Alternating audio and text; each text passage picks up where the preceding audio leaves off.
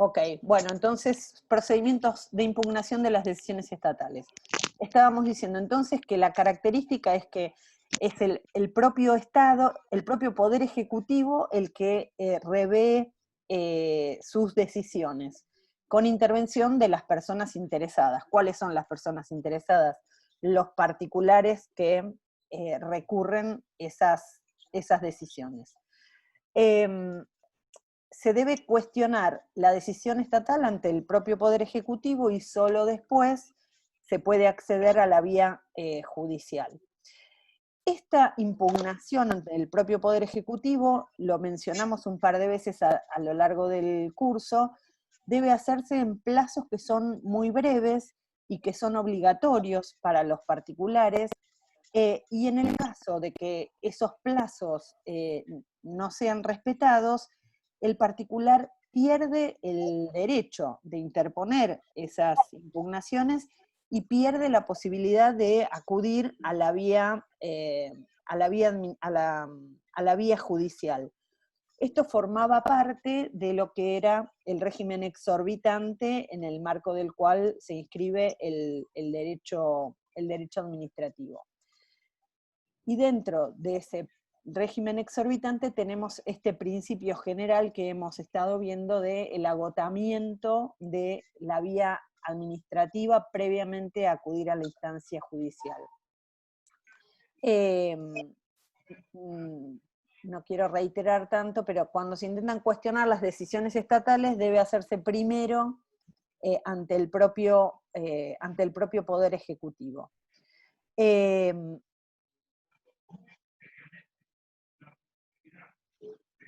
El reclamo administrativo previo. Nosotros vamos a ver acá dos mecanismos. Uno es el de los recursos, ¿sí? El de los recursos administrativos, y otro es el del reclamo administrativo previo. Porque no todas, no siempre existe la posibilidad de presentar un recurso, sino que hay otro tipo de situaciones o de actos del Estado, del Poder Ejecutivo, que no circulan por la vía de los recursos administrativos, porque para que pueda haber un recurso administrativo tiene que haber un acto administrativo que nosotros vayamos a impugnar por ese mecanismo. Hay otras situaciones que no se encuadran en esa lógica, pero que igualmente requieren que exista el reclamo administrativo previo. Eso está regulado en el artículo 30 de la Ley de Procedimientos Administrativos, que nos dice que el Estado Nacional o sus entidades autárquicas no podrán ser demandados judicialmente sin previo reclamo administrativo dirigido al ministro o Secretaría de la Presidencia o Autoridad Superior Autárquica, salvo cuando se tratare de los supuestos de los artículos 23 y 24. Que ahora vamos a ver qué es. Estos supuestos de excepción que están excluidos del camino del artículo 30 son los casos de la impugnación de los actos administrativos de alcance particular, ¿sí? O general, que es a lo que nos estamos refiriendo nosotros en general en el marco del procedimiento administrativo. Entonces, una vía es la vía de los recursos, ¿sí? La vía recursiva contra los actos administrativos de alcance particular, o después vamos a ver que también con relación a los de alcance general, cuando son aplicados, o sea, cuando el reglamento es aplicado a un caso concreto a través de un acto administrativo particular.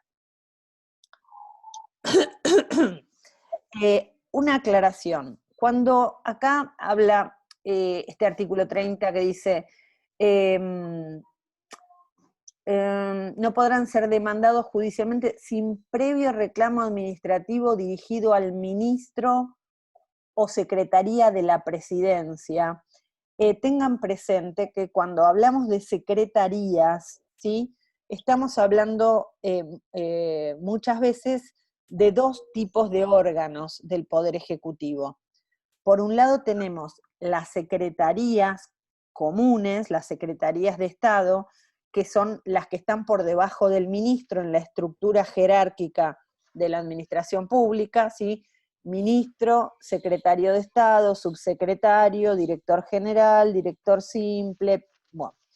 Esa es la secretaría común, ¿sí? No es la que a la que se está refiriendo este artículo.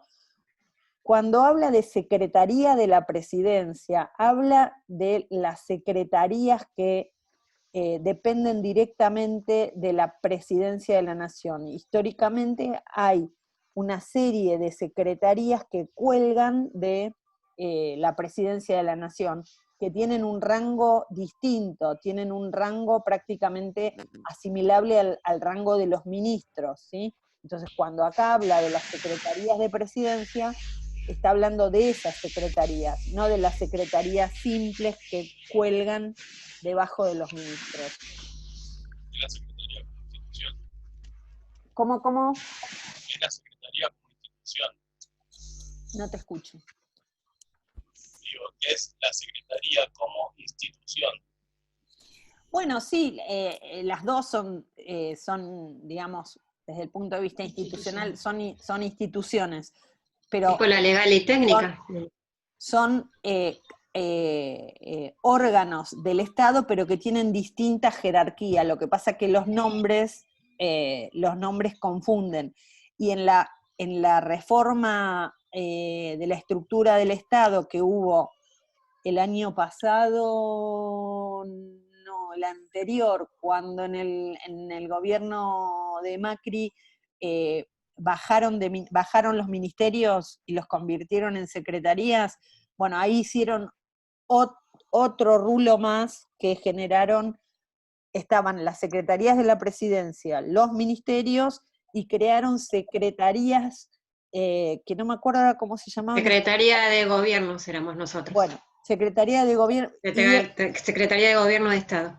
Secretaría de Gobierno de Estado, otra más, era y tenía otra jerarquía también, porque era como un híbrido que generaron dentro de los ministerios. Bueno, seguimos entonces con el tema de la impugnación y vamos en particular a el caso de la impugnación de los actos administrativos de alcance particular, que es como, digamos, el estándar, ¿no? Lo que nosotros estuvimos viendo en la ley de procedimientos administrativos, en general, la ley tiene en mente el acto administrativo de alcance particular. Entonces, déjenme correr esto de acá, así no molesta. Es necesario agotar las vías administrativas por medio de los recursos que están están regulados en el reglamento para poder acceder a la revisión judicial de un acto administrativo. Los recursos proceden contra los actos administrativos definitivos o los de mero trámite que lesionen derechos subjetivos o intereses legítimos. Esta es una definición general. El reglamento lo que hace es, tiene, después de lo que nosotros dejamos en la última clase, toda la parte de trámites, expedientes, documentación, prueba, piripipi, viene la parte de los recursos. Tiene un capítulo que es de los recursos en general, y después entra a reglamentar cada recurso que prevé. Entonces, cuando vayamos a ver cada recurso en particular, vamos a ver qué tipo de actos podemos utilizar para recurrir qué tipo de actos podemos recurrir mediante cada recurso. Por ahora, digamos que en general es contra actos administrativos definitivos, asimilables a definitivos, o los de mero trámites que lesionan derechos subjetivos o intereses legítimos. Como regla general, y un poco en orden a este informalismo a favor del administrado, el interesado puede mejorar o ampliar los fundamentos de un recurso que presente en cualquier momento, siempre que el recurso no se haya resuelto. Y también con relación al informalismo a favor del administrado, el particular no tiene la obligación de tener el manejo exacto de la terminología jurídica. Entonces, si yo como particular califico mal el recurso que estoy presentando, eso se considera un defecto formal y es el propio órgano de la administración que va a decir de qué tipo de recurso se trata el que estoy interponiendo, ¿sí? Y la presentación del recurso que yo haga, aunque lo haga con algún tipo de error excusable, incluso si lo hago ante un órgano incompetente, va a interrumpir los plazos, ¿sí? ¿Qué plazos? Esos plazos que si no presento el recurso pierdo el derecho y después me impide poder llegar a la revisión judicial de esa decisión.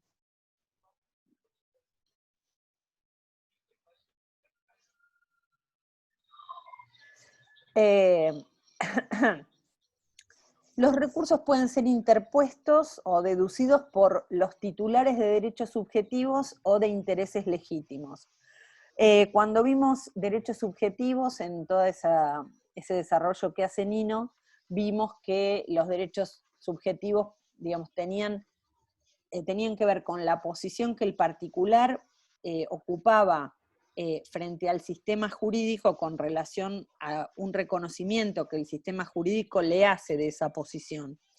Actualmente, el tema de la diferenciación entre el derecho subjetivo, que habíamos dicho que era la posición de mayor privilegio en la que un particular puede estar en relación al sistema jurídico, se está como diluyendo y hay muchas normas procesales provinciales que no diferencian entre derecho subjetivo e interés legítimo. Pero sin embargo, en el reglamento sigue existiendo esa diferenciación. El interés legítimo siempre está dirigido al reconocimiento de un derecho o de una facultad a un grupo de personas sobre un bien determinado, por ejemplo, el del medio ambiente. ¿Quién resuelve los recursos en general? En cada caso vamos a tener una autoridad señalada por el reglamento, pero siempre es o el mismo órgano que dictó el acto o el superior jerárquico. Esto lo vimos, aunque sea mal calificado o presentado ante órgano incompetente, suspende los plazos. Y los plazos para plantear los recursos son obligatorios y breves, y luego de su vencimiento, el interesado pierde el derecho para articularlos y pierde el derecho de recurrir al juez. Después vamos a ver, al final de este capítulo, la denuncia de ilegitimidad, que es una manera de intentar un remedio para estas situaciones. El artículo 73 del reglamento empieza con la reglamentación específica del tema recursos. Los recursos contra los actos de alcance individual y contra los actos de alcance general. Los actos administrativos de alcance individual, ¿sí?, así como también los de alcance general, a los que la autoridad hubiera dado o comenzado a dar aplicación, podrán ser impugnados por medio de recursos administrativos, ¿sí? Entonces, el recurso administrativo se usa contra los actos de alcance individual y también contra los actos que encuentran fundamento en un reglamento. Cuando eso se empieza a aplicar, si a mí me aplican un reglamento y me sacan un acto administrativo fundado en ese reglamento, yo puedo impugnar por vía del recurso administrativo ese reglamento. Sujetos, artículo 74. Los recursos administrativos podrán ser deducidos por quienes aleguen un derecho subjetivo o un interés legítimo.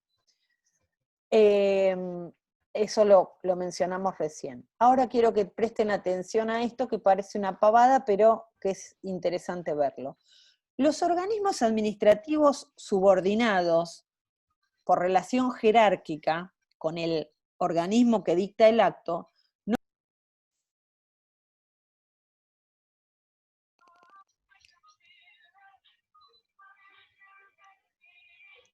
¿están? ¿Están?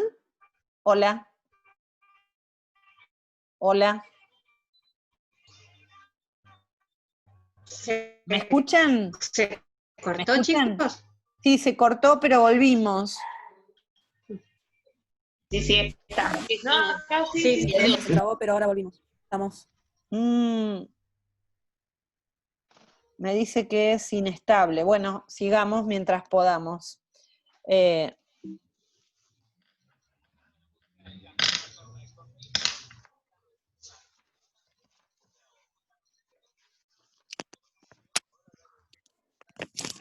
Bueno, esto habíamos pasado.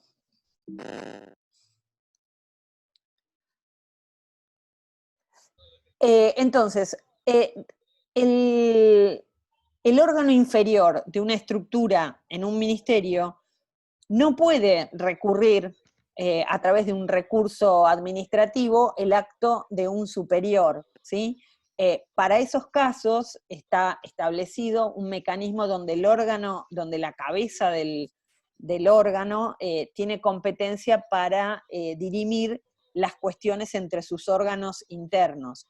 Sí puede un agente de la administración recurrir el acto de un superior, pero cuando es en defensa de un derecho propio. Si yo soy empleado de un ministerio y el ministro saca un acto administrativo rechazándome un pedido que yo hice, puedo recurrir ese acto, pero no los órganos de la administración.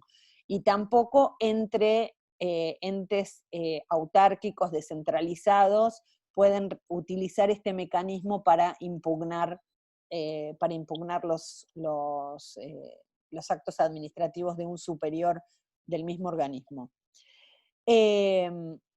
Órgano competente. ¿Quién es el órgano competente? Para resolver los recursos administrativos contra actos actos de alcance individual, los que lo hayan dictado o el superior jerárquico. Suspensión del plazo para recurrir. Si a los efectos de articular un recurso administrativo la parte interesada necesita tomar vista de las actuaciones, esta vista de las actuaciones suspende el plazo para recurrir, ¿sí? Las formalidades que se le aplican a los recursos administrativos son todas las formalidades que vimos en la clase pasada con relación a los escritos. Se puede ampliar la fundamentación de los recursos hasta que este se resuelva, ¿sí? Apertura a prueba. El organismo interviniente de oficio o a petición de parte interesada puede disponer la producción de prueba cuando estimare que los elementos que hay en el expediente no alcanzan para resolver el recurso. Acuérdense que hablamos de la verdad material, ¿sí?, que se busca en el marco del procedimiento administrativo. Artículo 80. Medidas preparatorias, informes y dictámenes son irrecurribles, ¿sí? No. Las medidas preparatorias de las decisiones administrativas, acá decisiones administrativas está utilizado en sentido amplio, está utilizado en el sentido de cualquier decisión que tome la administración, no como decisión administrativa que dicta el jefe de gabinete de ministros, ¿sí? Entonces, las medidas preparatorias, incluso en el caso de dictámenes que sean vinculantes para quien tiene que tomar la decisión, no son recurribles, ¿sí? No puedo recurrirlos por más que sean obligatorios para el funcionario que tiene que resolver. Los recursos deberán proveerse y resolverse cualquiera sea la denominación que el interesado les dé, cuando resulte indudable la impugnación del acto administrativo, ¿sí? Me interesa que vean con detenimiento este artículo 82, porque tiene un contenido que es interesante. ¿Qué es lo que el órgano de la administración pública tiene que resolver cuando resuelve un recurso? El órgano competente podrá limitarse a desestimarlo, ¿sí? ¿Qué quiere decir desestimarlo? Decir que o que no corresponde el recurso o a rechazarlo, ¿sí? O a ratificar o confirmar el acto de alcance particular impugnado. Esa es otra alternativa. O bien, aceptar el recurso, ¿sí? Es decir, que es procedente el recurso, y revocar el acto recurrido, o modificarlo, o sustituirlo por otro acto, ¿sí? Estas son todas las opciones que tiene el órgano que decide con relación a lo que puede hacer cuando está resolviendo sobre un recurso. Empezamos con los recursos en particular. El primer recurso que el reglamento considera es el recurso de reconsideración. El recurso de reconsideración puede interponerse contra todo acto administrativo definitivo o que impida totalmente la tramitación del reclamo o pretensión del administrado, ¿sí? O contra los actos interlocutorios o de mero trámite que lesionen un derecho subjetivo o un interés legítimo. Este es el recurso que se puede presentar contra la mayor cantidad de actuaciones posibles. Ya después, cuando veamos el recurso jerárquico, ese ya se puede presentar con relación a menos actuaciones. Entonces, el recurso de reconsideración se puede presentar contra actos administrativos definitivos. ¿Qué son los definitivos? Son los que resuelven el fondo del asunto de que se trata la presentación que se está llevando adelante.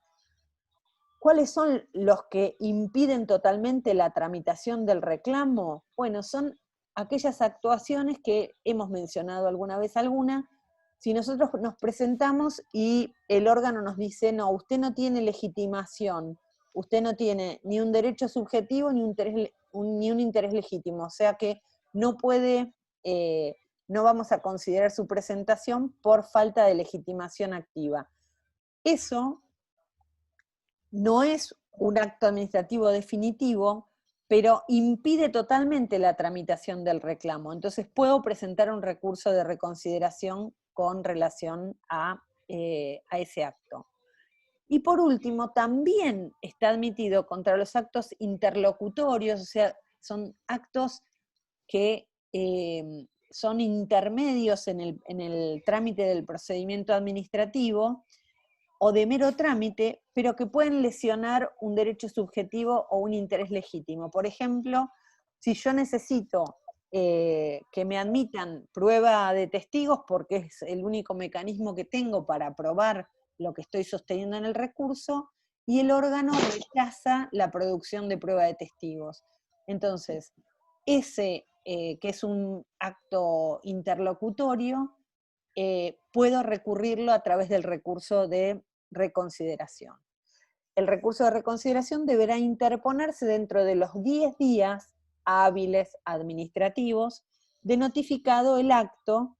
¿Y ante quién debe interponerse? Se interpone ante el mismo órgano que dictó el acto que estamos recurriendo, ¿sí? ¿Y quién lo resuelve? Lo resuelve el mismo órgano que dictó el acto anterior, ¿sí?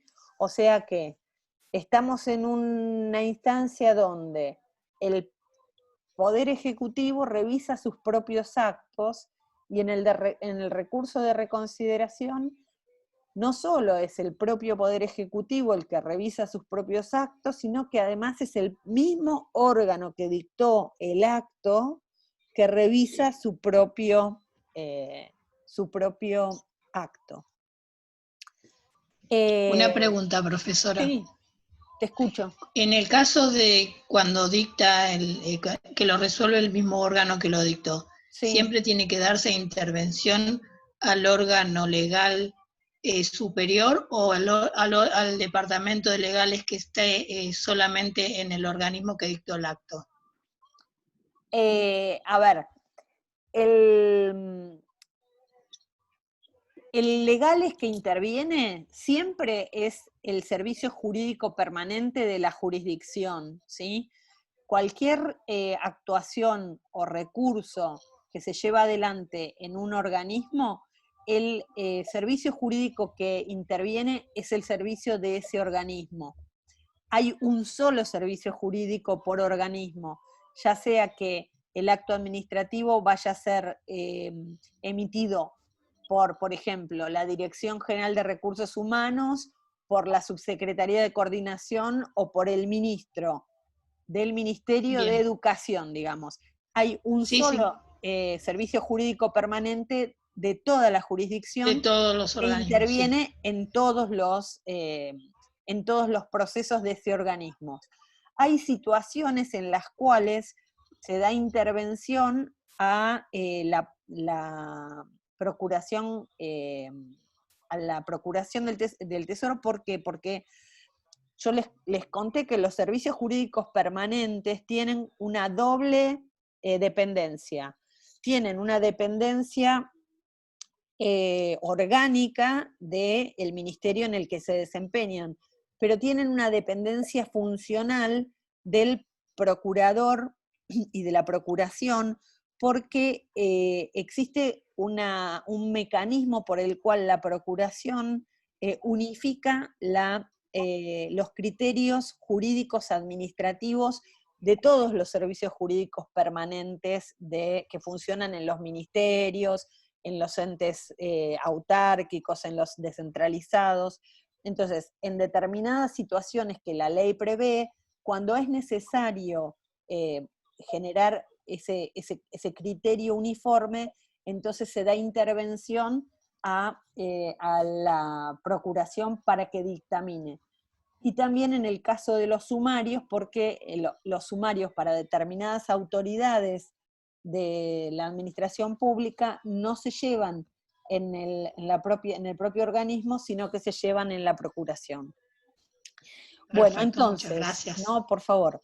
El de reconsideración tiene por objeto la impugnación de los actos definitivos, asimilables a definitivos e interlocutorios, o de mero trámite que lesionen un derecho subjetivo o un interés legítimo. O sea que no puedo recurrir cualquier acto interlocutorio o de mero trámite. Tienen que, en ese caso, afectar, y tengo que acreditar cuando lo presento, la afectación que me está provocando, por ejemplo, si me deniegan la apertura a prueba. Bueno, acá tienen el tema de acto definitivo, asimilable o interlocutorio de mero trámite, que ya lo conversamos. Entonces, las características del recurso de reconsideración: plazo para interponer, 10 días hábiles administrativos. ¿A partir de cuándo? A partir de la notificación, ¿sí? ¿Y cómo se cuenta ese plazo de la notificación? A partir del día siguiente al que me llegó la notificación. Si la notificación me llega un día viernes, el primer día de ese plazo de 10 días va a ser el día lunes, ¿sí? ¿Ante quién se presenta? Ante el mismo órgano. ¿Quién lo resuelve? El mismo órgano que dictó el acto. En caso de haber sido dictado por delegación, ¿sí?, resuelve el delegado, o sea, quien dictó el acto, salvo que la delegación hubiese cesado para el momento que se impugna el acto administrativo. Plazo para resolver el recurso, 30 días hábiles administrativos. Tienen los artículos al costado del, ahí al costadito. El vencimiento del plazo sin resolución, ¿sí?, debe interpretarse como rechazo. Acá es un caso donde expresamente la norma dice qué sentido tiene que dársele al, a la no manifestación. No quiero usar el término silencio para que no se confundan con el instituto del silencio.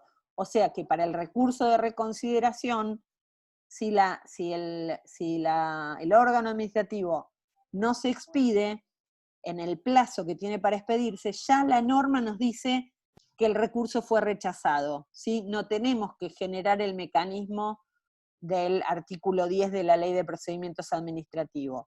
Es rechazo, y ahora vamos a ver qué es lo que pasa cuando se rechaza.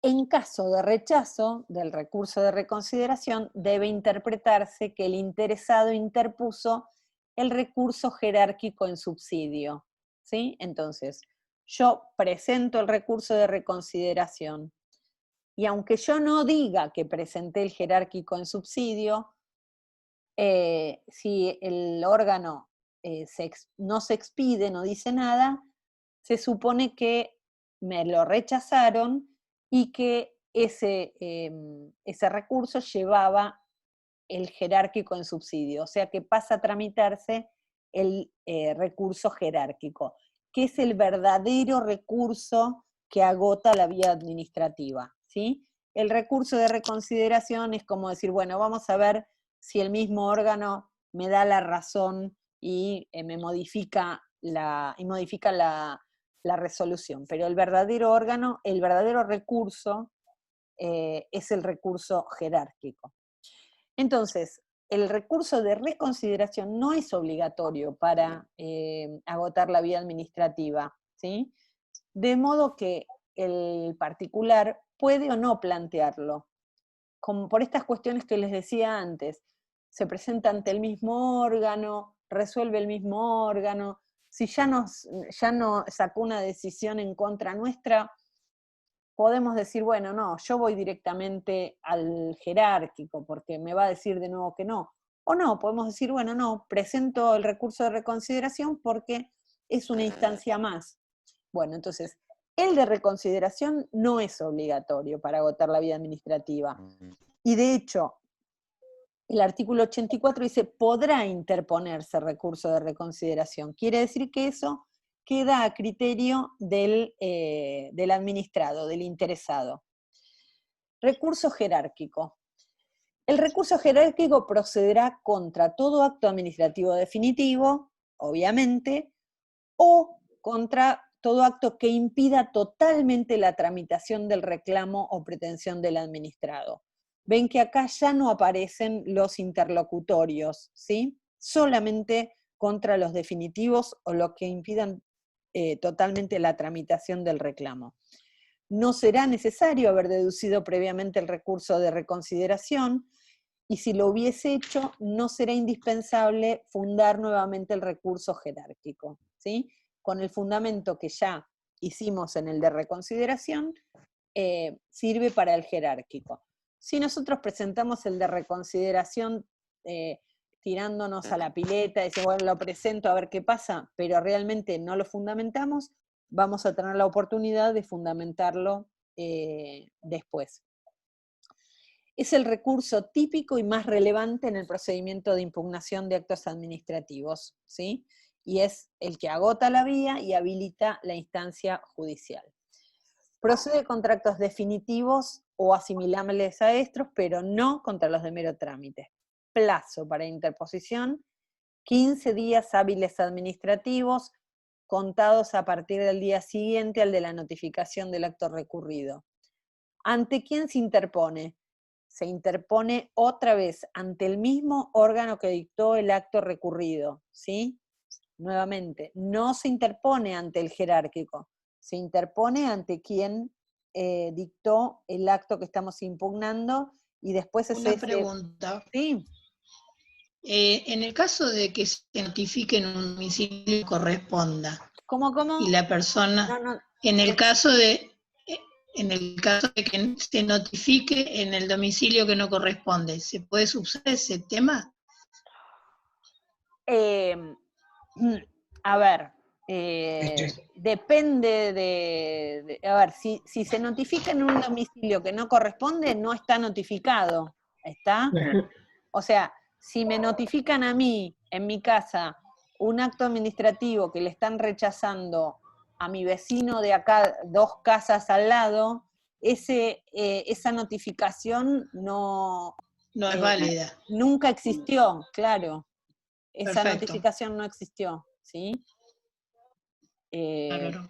Para que la notificación sea válida, digamos, tiene que surgir el conocimiento fehaciente del notificado del instrumento que se le está notificando.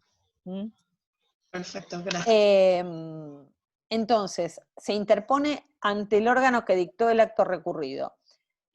El órgano inferior, o sea, el que dictó el acto, debe elevar el recurso interpuesto ante quien deba decidirlo, ¿sí? El superior. Es un recurso que se denomina autónomo porque no requiere que haya sido presentado previamente el de reconsideración.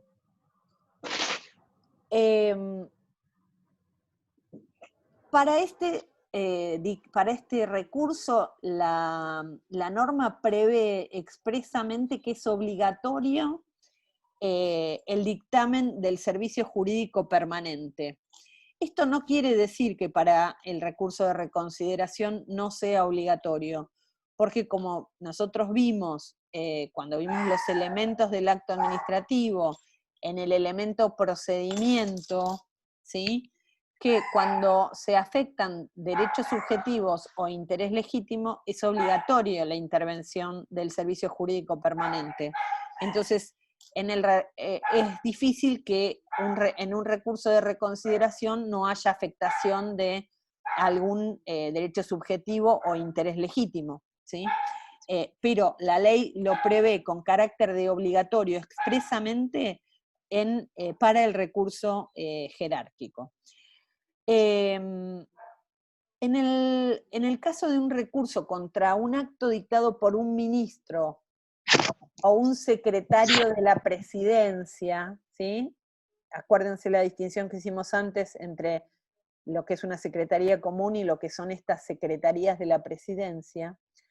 El presidente puede pedir la intervención de la Procuración del Tesoro. ¿Cuándo? Siempre, cuando quiera en realidad, pero está establecido que cuando corresponde establecer jurisprudencia administrativa unificada, lo que hablábamos antes cuando me preguntaron si podía intervenir otro servicio jurídico. Cuando por la índole del interés económico comprometido sea muy alta, pero en realidad si el presidente estima que es conveniente hacerlo, lo pasa para que dictamine la procuración. El plazo para resolver el jerárquico es de 30 días hábiles administrativos y es el recurso que agota la vía administrativa y habilita la judicial. ¿Quién resuelve el recurso jerárquico? Pues bien, los ministros y secretarios de la presidencia deben resolver el recurso que se interpone contra un acto dictado por un órgano inferior, ¿sí? Por un órgano inferior de su ministerio o de su secretaría de la presidencia, ¿sí? Si el acto procediera de un ministro, ¿sí?, entonces el jerárquico lo va a resolver el secretario de la presidencia o el jefe de gabinete o el presidente, agotando la vía administrativa. El presidente resuelve los recursos jerárquicos de los actos dictados por un ministro o por un secretario de la presidencia. Y excepcionalmente el jefe de gabinete, por las atribuciones que le confiere la Constitución Nacional en cuanto a la administración el gerenciamiento de la administración pública, resuelve los actos los recursos, jerárquicos contra los actos dictados por los ministros en relación a las cuestiones que tienen que ver con el personal estatal, ¿sí? Con los empleados públicos. Muy bien, hasta aquí el recurso de reconsideración y el recurso jerárquico en subsidio. Después el reglamento nos presenta otro recurso, que es el recurso de alzada, y que este recurso se utiliza en el marco de los organismos autárquicos o entes descentralizados, que ustedes saben que funcionan en la órbita de los ministerios. En general, digamos, los entes autárquicos u organismos descentralizados están siempre en su ley de creación ubicados en el ámbito de algún ministerio, ¿sí? O de alguna secretaría de la presidencia. Entonces, cuando por vía recursiva, dentro de un organismo descentralizado, se presenta un recurso de reconsideración, se presenta el jerárquico en subsidio, y todo eso se resuelve dentro del organismo, ¿sí? La cabeza de ese organismo va a resolver el recurso jerárquico dentro de ese organismo. Y ese recurso jerárquico dentro de ese organismo agota la vía administrativa y le permite a quien está interesado en impugnar ese acto, le permite ir a la justicia. El reglamento le da otra posibilidad y le dice, bueno, si usted quiere, antes de ir a la justicia, y como usted es un organismo descentralizado que está ubicado en el marco de un ministerio, puede recurrir mediante lo que se denomina recurso de alzada a la autoridad máxima de ese ministerio, ¿sí? Entonces es como una vía opcional que se le da para que las decisiones que se toman dentro de un organismo descentralizado, antes de ir a la instancia judicial, pueda pedir la intervención de la autoridad máxima del ministerio en cuya órbita se encuentre ubicado ese organismo. El recurso de alzada lo encuentran en el artículo 94. Se presenta recurso de alzada contra los actos administrativos definitivos o que impiden totalmente la tramitación del reclamo o pretensión del recurrente, emanadas del órgano superior de un ente autárquico, incluidas las universidades nacionales. Procederá, a opción del interesado, el recurso de alzada o la acción judicial pertinente, ¿sí? Profesora, Sí. entonces una consulta. El jerárquico agotaba la vía administrativa, pero sin embargo tengo una opción más que sería el recurso de alzada antes de ir a la vía judicial. Sí, pero Ah, eso cuando estés en el marco de un ente descentralizado, ¿sí? No en un ok, ministerio. Vos, ok. en lo que es la administración central, en los ministerios, se te terminó con el jerárquico, que lo resuelve el ministro o que lo resuelve el jefe de gabinete o el presidente. Pero cuando estás en la órbita de un organismo descentralizado, cuando Ah, la autoridad máxima de ese organismo resolvió el jerárquico, ahí se agotó la vía administrativa y vos podés ir a la justicia. Pero a opción del interesado, ¿sí? Tenés la posibilidad de ir ya a la justicia o de intentar este reclamo ante la máxima autoridad del ministerio en el cual esté ubicado ese organismo descentralizado, o en el caso de las universidades, el Ministerio de Educación, ¿sí? Porque no quiere decir que sea un órgano del ministerio, pero siempre los organismos descentralizados en su ley de creación están ubicados en la órbita de un ministerio, no están sueltos en la nada, digamos. Siempre hay una vinculación con un ministerio, que es un nexo de control o tutelaje que ese ministerio tiene sobre sobre ese organismo. Objeción. Procede contra los actos dictados por los órganos superiores de los entes descentralizados autárquicos. No es obligatoria su interposición para agotar la vía administrativa. La vía administrativa ya está agotada con el jerárquico dentro del organismo. Debe interponerse ante el órgano superior del ente descentralizado. Siempre se presenta ante el organismo que dictó el acto. ¿Y quién No lo se debe escuchó la- resolver? El ministro o secretario de la presidencia en cuya jurisdicción actúe el ente descentralizado. ¿Sí? ¿Qué? No, que se estaba tildando, no se escuchaba bien. Bueno, recurso de queja. Este es otro de los recursos que están previstos en el reglamento, lo tienen en el artículo 71, y el recurso de queja es salimos de los recursos sobre el fondo de las cuestiones, es un recurso por los defectos, una queja por defectos de la tramitación o incumplimiento de plazos, ¿sí? Y esto es no en el marco de los recursos administrativos, es en el marco de otros procedimientos dentro de la administración pública. Entonces dice, podrá ocurrirse quiere decir ir, ¿no? Ir en queja ante el inmediato superior jerárquico contra los defectos de tramitación e incumplimiento de los plazos legales o reglamentarios en que se incurriere durante el procedimiento, ¿sí? La queja se resolverá dentro de los 5 días, sin otra sustanciación que el informe que deberá pedirse al órgano del que nos estamos quejando, porque no resuelve en tiempo o porque hay un defecto en el procedimiento que está llevando adelante. Entonces, en este caso sí se presenta ante el superior jerárquico, porque nos estamos quejando de que el órgano inferior no está cumpliendo con los plazos o está aplicando defectuosamente el procedimiento. El superior tiene 5 días para resolverlo, no hay traslado al órgano, pero en caso de que considere necesario, se le requiere un informe sustanciado al inferior pidiéndole las explicaciones de la tardanza. Y se termina ahí, la resolución no es recurrible.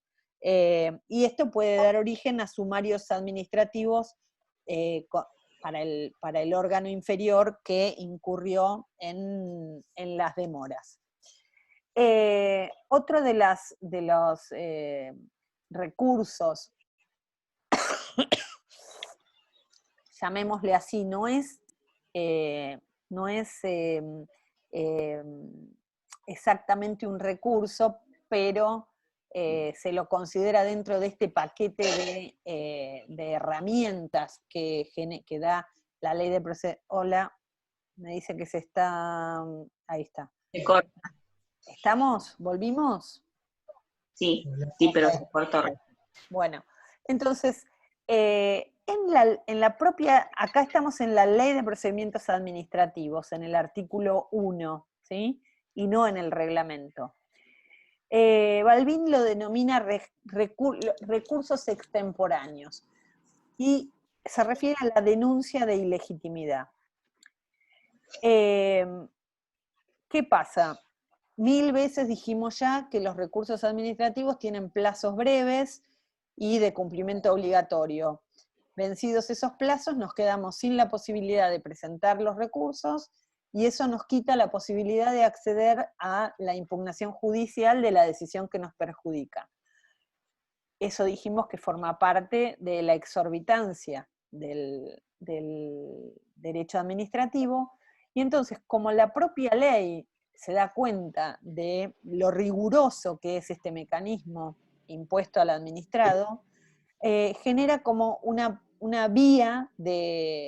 pequeña vía de escape, que no hace que si nos perdimos los plazos volvamos a la misma situación anterior, pero sí nos da otra oportunidad. ¿Cuál es esa otra oportunidad? Que los recursos que nosotros interpongamos fuera de término, pueden ser considerados por la administración y son considerados como una denuncia de ilegitimidad. Esto no quiere decir que nosotros podemos esperar 2 años y aparecer a presentar un recurso contra un acto administrativo, porque en ese caso la administración no nos va a aceptar la presentación como denuncia de ilegitimidad. O sea, el requisito es, estamos en manos del órgano, no tenemos muchas opciones para el pataleo. Presentamos el recurso y entonces la administración va a evaluar si la extemporaneidad del recurso no implicó el abandono de ese derecho que teníamos porque se pasó demasiado tiempo, o si no hay razones de seguridad jurídica que a la administración le dan argumentos para lisa y llanamente rechazarnos esa presentación. El Ejecutivo está obligado a su tramitación y resolución siempre que considere que no existen razones de seguridad jurídica que impidan su impulso o que el interesado excedió razonables pautas temporales. Si nos dan la razón, entonces nos salvamos. Es una instancia que nos ayudó a recuperar nuestros derechos. Pero si en esa decisión no nos da la razón la administración, eso no nos habilita a acceder a la instancia judicial, ¿sí? Así que es un remedio, pero un remedio a medias, digamos. La regulación de la denuncia de ilegitimidad la tienen en el acápite sexto, ¿sí?, del artículo 1 de la Ley de Procedimientos Administrativos, bajo el título Interposición de recursos fuera de plazo, ¿sí? Esa es la denuncia de ilegitimidad. Algo dijimos de esto, voy a cambiar la barra de lugar si puedo, ¿sí? Impugnación de los reglamentos, también entra dentro de este capítulo de herramientas. Y acá seguimos, mejor dicho, en la Ley de Procedimientos Administrativos. El artículo 24 nos va a dar las dos modalidades, algo mencionamos ya de esto. El acto administrativo de alcance general será impugnable por vía judicial. Y acá nos va a decir las dos alternativas. Cuando un interesado a quien el acto afecte o pueda afectar en forma cierta e inminente en sus derechos subjetivos haya formulado reclamo ante la autoridad que lo dictó y el resultado fuese adverso, en ese caso nos queda abierta la vía judicial. ¿Cuál es este caso? Cuando nosotros presentamos un reclamo administrativo previo a ir a la instancia judicial porque estamos impugnando el acto de alcance general. Y la opción B es cuando la autoridad de ejecución del acto de alcance general le haya dado aplicación mediante actos definitivos y nosotros hayamos ya impugnado esos actos definitivos a través de los recursos agotando la instancia administrativa, ¿sí?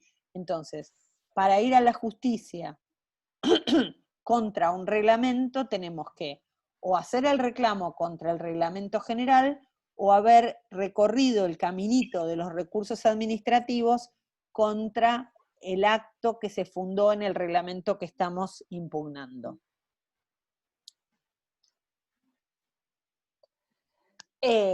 Bueno, esto es lo que les expliqué recién. Lo que pasa es que, digamos, la ley les da al primer camino, se llama directo, y al segundo, al que es por vía de los recursos, se llama indirecto. Muy bien. El último de las herramientas que nos dan la ley y el procedimiento, y la ley y el reglamento con relación a estas herramientas, en algunos casos recursos, en otros casos herramientas asimilables a los recursos. Es el caso del amparo por mora, ¿sí? El amparo por mora lo tenemos regulado en la Ley de Procedimientos Administrativos, en el artículo 28. Y en este caso no se trata de un recurso dentro del procedimiento administrativo, sino que estamos frente a un proceso judicial, ¿sí? Porque es una presentación que se hace en una instancia judicial a partir de una situación de no resolución en el ámbito administrativo. El que fuere parte en un expediente administrativo podrá solicitar judicialmente se libre orden de pronto despacho. Dicha orden será procedente cuando la autoridad administrativa hubiere dejado vencer los plazos fijados, ¿sí? Y en caso de no existir esto, si hubiere transcurrido un plazo que excediera lo razonable sin emitir el dictamen o la resolución de mero trámite o de fondo que requiera el interesado. Presentado el petitorio, si la justicia lo estimare procedente, requerirá a la autoridad administrativa interviniente, en el plazo que le fije, un informe sobre las causas de la demora. Contestado el requerimiento o vencido el plazo, se resolverá lo pertinente acerca de la mora, librando la orden, si correspondiere, para que la autoridad administrativa responsable despache las actuaciones en el plazo prudencial que se le establezca. Esto quiere decir que nosotros nos presentamos ante el retardo en sede administrativa, nos presentamos a pedir la intervención de un juez para que intime a la administración y le fije un plazo para expedirse, ¿sí? No es un proceso judicial en el cual se vaya a revisar la decisión que nosotros estamos impugnando en sede administrativa. No se va a expedir sobre nada que tenga que ver con el fondo de la cuestión, sino simplemente va a verificar si el órgano administrativo está excedido en los plazos y simplemente lo va a intimar a que en el plazo que le fije resuelva la cuestión. Y también como en el caso del recurso de queja, puede dar origen a sanciones de índole disciplinaria en el ámbito de la administración. Ustedes se dan cuenta que hay varios mecanismos que hemos visto a través del curso para el caso de que la administración incumpla con los plazos o no se expida, ¿sí? De alguna manera para hacer efectivo esta obligación de ejercer la competencia que habíamos visto también en algún momento de la materia. Entonces, en el caso de el interesado no tener respuesta de la administración, puede hacer tres cosas distintas. Una alternativa es plantear un pronto despacho en los términos del artículo 10 de la Ley de Procedimiento Administrativo para lograr la declaración, la configuración del silencio de la administración y con eso lograr el agotamiento de la vía administrativa que le habilita la instancia judicial. La segunda alternativa que tiene ante una demora o incumplimiento de los plazos o también por defectos en el procedimiento es presentar una queja ante el superior jerárquico, ¿sí? Esto lo tenemos en el artículo 71 del reglamento. Y la tercera alternativa es la de un proceso judicial, que es la acción del amparo por mora. Son tres herramientas distintas que se dan no todas para los mismos supuestos, hay supuestos que podemos utilizar unas y otras no, pero digamos en general me gustaría que tengan esto presente, que la normativa nos da tres alternativas para... Perdón, profesora, ¿era incumplimiento por plazo y cuál era lo otro? Estas tres instancias. Las tres es el recurso de queja, No, era por incumplimiento de plazo o... O por defectos en el procedimiento. Gracias. Ese es el de queja. Los otros dos no, los otros dos son solo por el tema del plazo, no por el tema del... Defecto por procedimiento. Exactamente. Gracias. No, de nada. Bueno, vamos a... Opa. Vamos a seguir unos minutos más.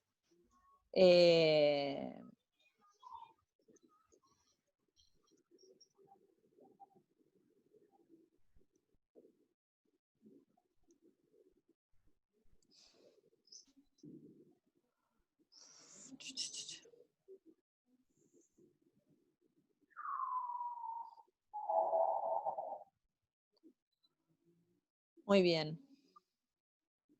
Bueno, vamos a empezar a hablar de los contratos administrativos, ¿sí? Porque hasta ahora nos estuvimos manejando en el plano de los actos administrativos individuales y de los actos administrativos generales, ¿sí? Pero nos estuvimos manejando en el marco de los actos unilaterales, o sea, aquellos actos que parten de la administración, que manifiesta su voluntad y afectan de distinta manera, según que sean individuales o que sean generales. Acá pasamos a otro tipo de actos administrativos, a los actos administrativos bilaterales, ¿sí? Los contratos son actos administrativos bilaterales. ¿Por qué bilaterales? Porque requieren del consenso de más de una voluntad para conformarse. Y lo que va a caracterizar desde el punto de vista subjetivo a ese acto administrativo bilateral es que una de esas dos partes es el Estado. Una de esas dos partes es la voluntad de la administración. ¿De qué hablamos cuando hablamos de contratos? Un contrato en el marco del derecho civil es un acuerdo de voluntades entre dos o más partes con el objeto de fijar derechos y obligaciones recíprocas. Eso es un contrato, ¿sí? Y en el marco del derecho civil rige lo que se llama la autonomía de la voluntad, y dos o más personas pueden realizar un contrato con cualquier contenido, siempre y cuando ese contenido no sea ilícito, ¿sí? Nosotros conocemos contratos, digamos, que tienen nombre y apellido, contrato de alquiler, contrato de compraventa, comodato, pero existen, digamos, tantos contratos como se nos ocurra a nosotros el contenido que podamos darle a ese acuerdo de voluntades. Entonces, el artículo 957 del Código Civil y Comercial establece la definición de contrato y va a decir que es el acto jurídico mediante el cual dos o más partes manifiestan su consentimiento para crear, regular, modificar, transferir o extinguir relaciones jurídicas patrimoniales, ¿sí? Todas esas cosas son las que se pueden hacer a través de un contrato.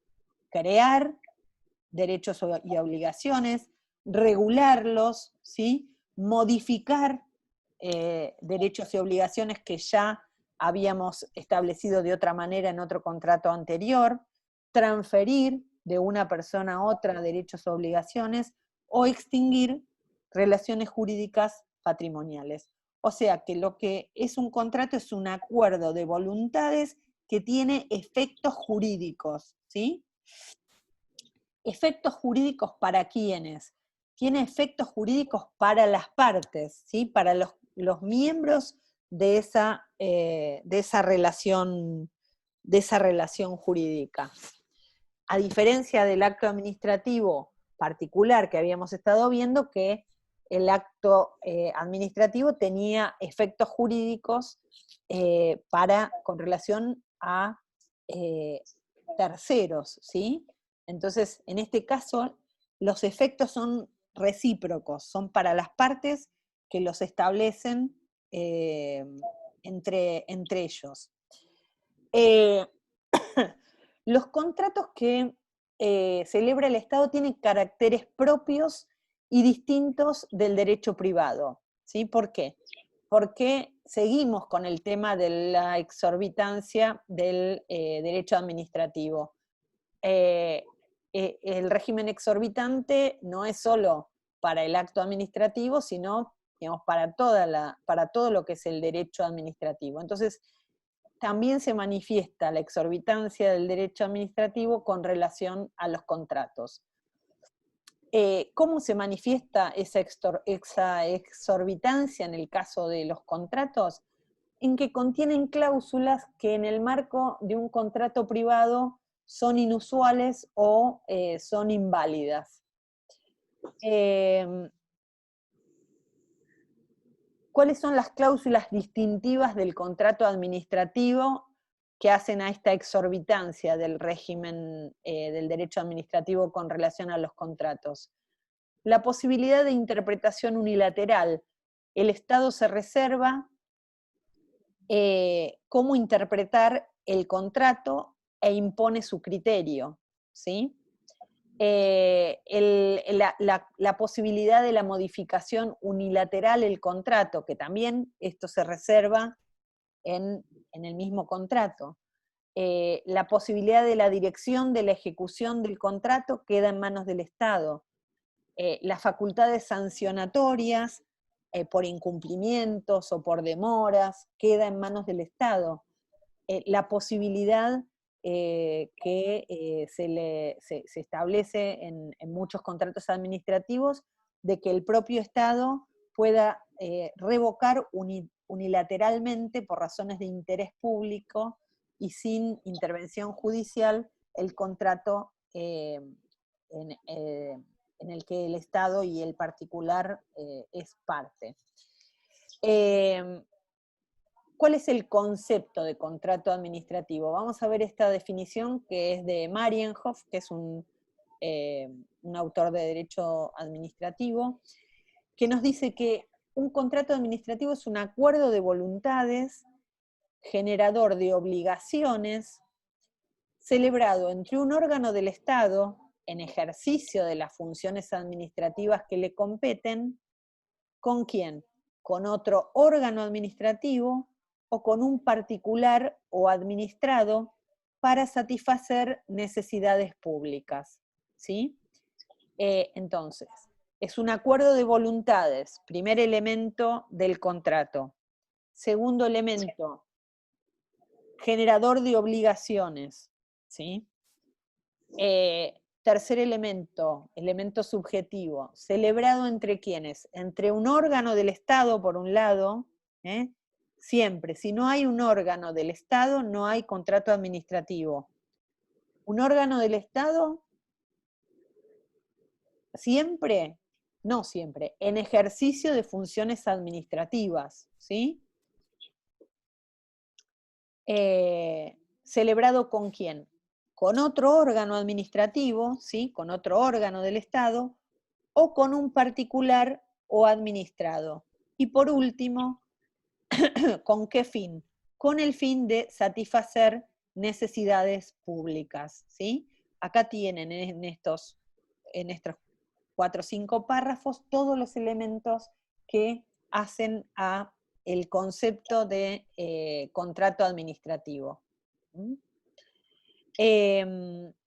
Vamos a ver en el último párrafo de esta filmina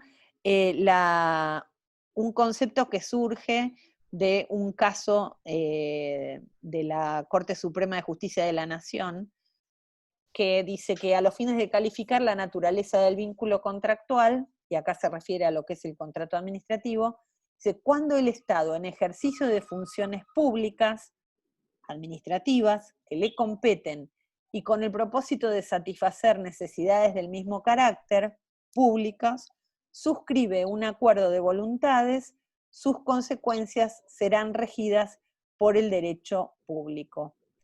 El contrato es administrativa cuando es celebrado por el Estado en ejercicio de funciones públicas y con el objeto de satisfacer necesidades públicas. ¿Sí?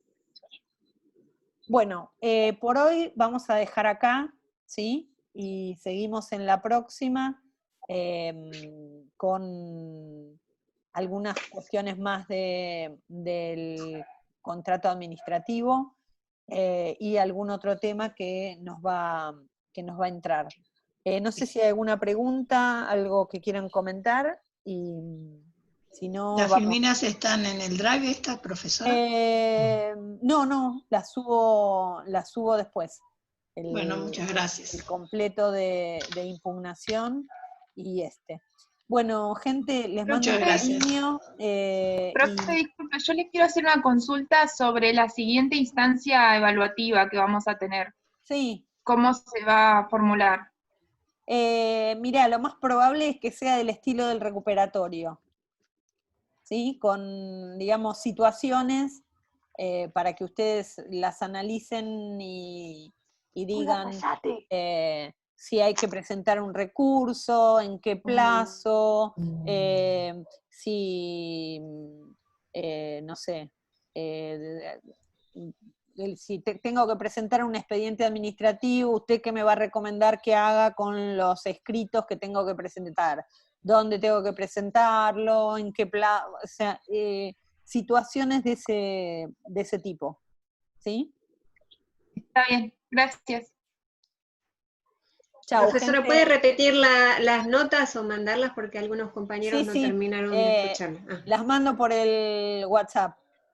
¿Sí? Perfecto, gracias. Bueno, un cariño a todos. Nos Gracias. vemos. Chao. Buenas noches, profesor.